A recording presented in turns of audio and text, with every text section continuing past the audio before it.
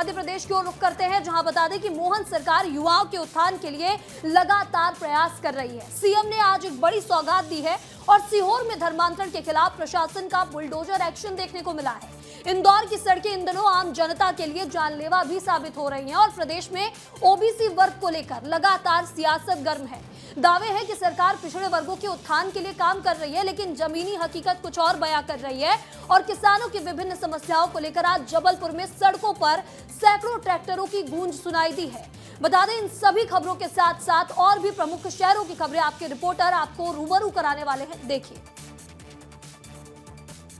मध्य प्रदेश की मोहन सरकार जहां युवाओं के उत्थान के लिए लगातार काम कर रही है, वहीं सरकार अब युवाओं के रोजगार के साथ साथ युवाओं को किस प्रकार से ट्रेनिंग दी जाए, जिसके लिए काम करते दिखाई देने वाली है। सीएम डॉक्टर मोहन यादव ने मध्य प्रदेश के युवाओं को बड़ी सौगात दी है। वे सोमवार को Kushabhau Thackeray international convention centre में आयोजित एक कार्यक्रम में शामिल हुए। ये कार्यक्रम इंजीनियर डे के मौके पर आयोजित किया गया था, जहां सीएम डॉक्टर मोहन यादव ने इस खास मौके पर प्रदेश के इंजीनियर्स और इंजीनियरिंग की फील्ड में अपना भविष्य तलाशने वाले युवाओं को एक तोहफा दिया। उन्होंने engineering training and research institute बनाने का ऐलान किया। इसके बाद अब मध्य प्रदेश के युवाओं को इंजीनियरिंग की ट्रेनिंग लेने के लिए बाहर नहीं जाना पड़ेगा।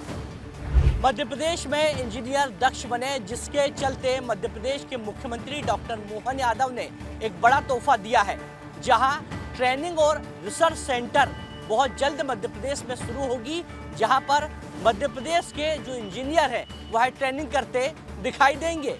कैमरा पर्सन वीरेंद्र के साथ विवेक राम, विस्तार न्यूज, भोपाल। सीहोर में आज प्रशासन का धर्मांतरण के खिलाफ बुलडोजर एक्शन देखने को मिला है, जहां धर्मांतरण का घिनौना खेल खेलने वाले लोगों पर कार्रवाई की गई है। सीहोर के हाउसिंग बोर्ड क्षेत्र में धर्मांतरण के मुख्य आरोपी जब्बार के घर पर नगरपालिका ने सोमवार को बुलडोजर चलाया।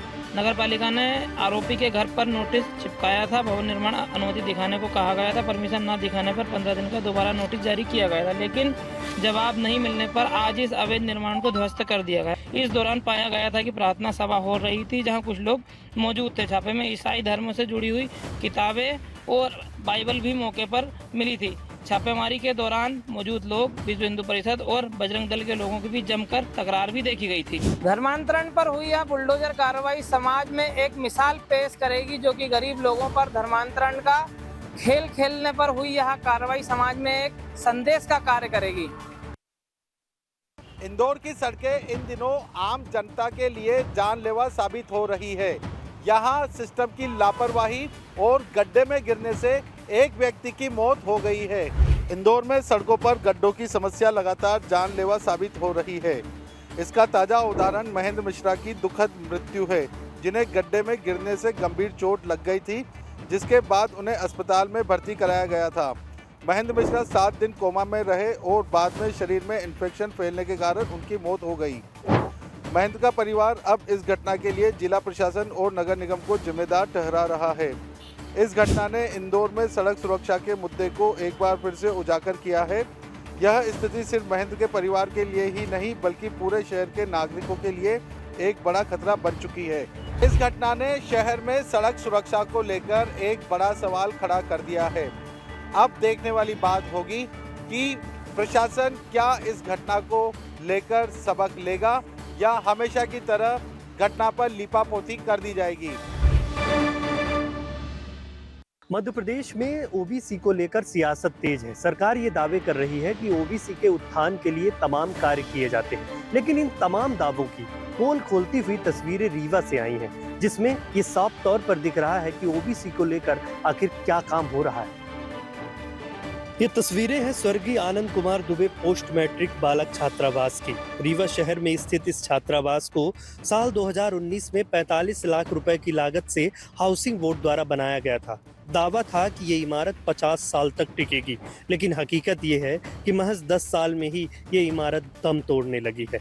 छात्रावास की हालत इतनी खराब हो गई है कि 2019 में इसकी मरम्मत के लिए 19 लाख रुपए लोक निर्माण विभाग द्वारा दिए गए थे, लेकिन हालत में कोई भी सुधार नहीं हुआ। इसके बाद अब सवाल यही खड़ा होता है कि आखिर जिम्मेदार लोगों पर प्रशासन के द्वारा क्या कार्यवाही की जाएगी और क्या कुछ देखने को मिलेगा। वीडियो जर्नलिस्ट आशुतोष के साथ विवेक तिवारी, विस्तार न्यूज। अपनी विभिन्न मांगों को लेकर आज भारतीय किसान संघ ने मोर्चा खोल दिया है और जबलपुर में एक विशाल ट्रैक्टर रैली निकाली जा रही है। किसानों की विभिन्न समस्याओं को लेकर आज जबलपुर की सड़कों पर सैकड़ों ट्रैक्टरों की गूंज सुनाई दी। किसान संघ के नेतृत्व में किसानों ने कृषि उपज मंडी से लेकर कलेक्ट्रेट तक विशाल रैली निकाली। रैली में बड़ी संख्या में किसान शामिल हुए और अपनी मांगों को लेकर जमकर नारेबाजी की। किसान संघ के पदाधिकारियों ने बताया कि रैली का उद्देश्य सरकार और प्रशासन का ध्यान उन समस्याओं की ओर आकर्षित करना है जिनसे किसान लंबे समय से जूझ रहे हैं। रैली में किसानों ने प्रमुख मांगों को लेकर प्रदर्शन किया, जिसमें उनकी प्रमुख मांग खाद की कमी को पूरा करना है। निश्चित तौर पर आगे चलकर और भी ज़्यादा बड़ा होगा और इससे कहीं ना कहीं मुश्किलें आने वाले समय में बढ़ेंगी। तो निश्चित तौर पर कह सकते हैं कि किसान फिलहाल शांति के मूड से तो नजर नहीं आ रहा है। कैमरामैन दुर्गेश कुमार, विस्तार न्यूज़। मऊगंज जिले में कलेक्टर के आदेश का पालन करना नगर परिषद के कर्मचारियों को बहुत भारी पड़ गया। कलेक्टर के आदेश पर नगर परिषद के कर्मचारी आवारा मवेशियों को गौशाला ले जाने के लिए निकले थे, लेकिन तभी वहां उन पर स्थानीय लोगों ने बहुत जोरदार पथराव कर दिया। मऊगंज जिले में जब प्रशासन सख्त हुआ तो स्थानीय लोगों ने इसका विरोध कर दिया। यहाँ कलेक्टर के आदेश के बाद नगर परिषद कर्मचारी आवारा मवेशियों को गौशाला ले जाने के लिए निकले थे, लेकिन इस दौरान स्थानीय लोगों ने कर्मचारियों पर पथराव कर दिया। इस हमले में कई कर्मचारी घायल हुए हैं। यह घटना राइस मिल के पास स्थित गौशाला के पास हुई, जहां संजू तिवारी के घर के पास स्थानीय लोगों ने कर्मचारियों को रोक लिया। कर्मचारियों के मुताबिक ये कोई पहली बार नहीं था जब उन पर हमला हुआ, इससे पहले भी ऐसी कई घटनाएं सामने आ चुकी हैं।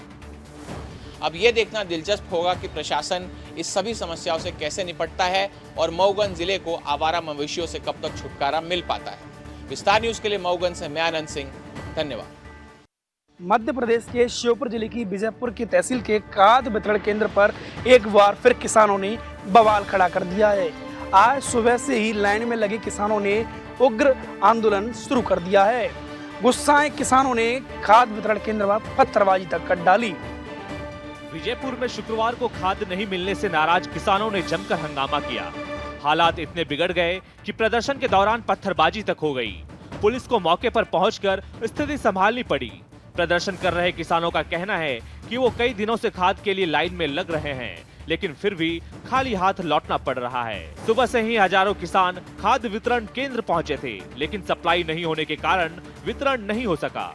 गुस्साए किसानों ने विरोध में नारेबाजी की और कुछ जगहों पर पत्थर भी फेंके। एसडीएम अभिषेक मिश्रा 3 थानों की पुलिस बल के साथ वीरपुर पहुंचे और वीरपुर में लाइन लगाकर किसानों के साथ स्वयं अभिषेक मिश्रा ने डीएपी खाद वितरण करवाया है। विस्तार न्यूज़ के लिए श्योपुर से हेम कुमार तिवारी।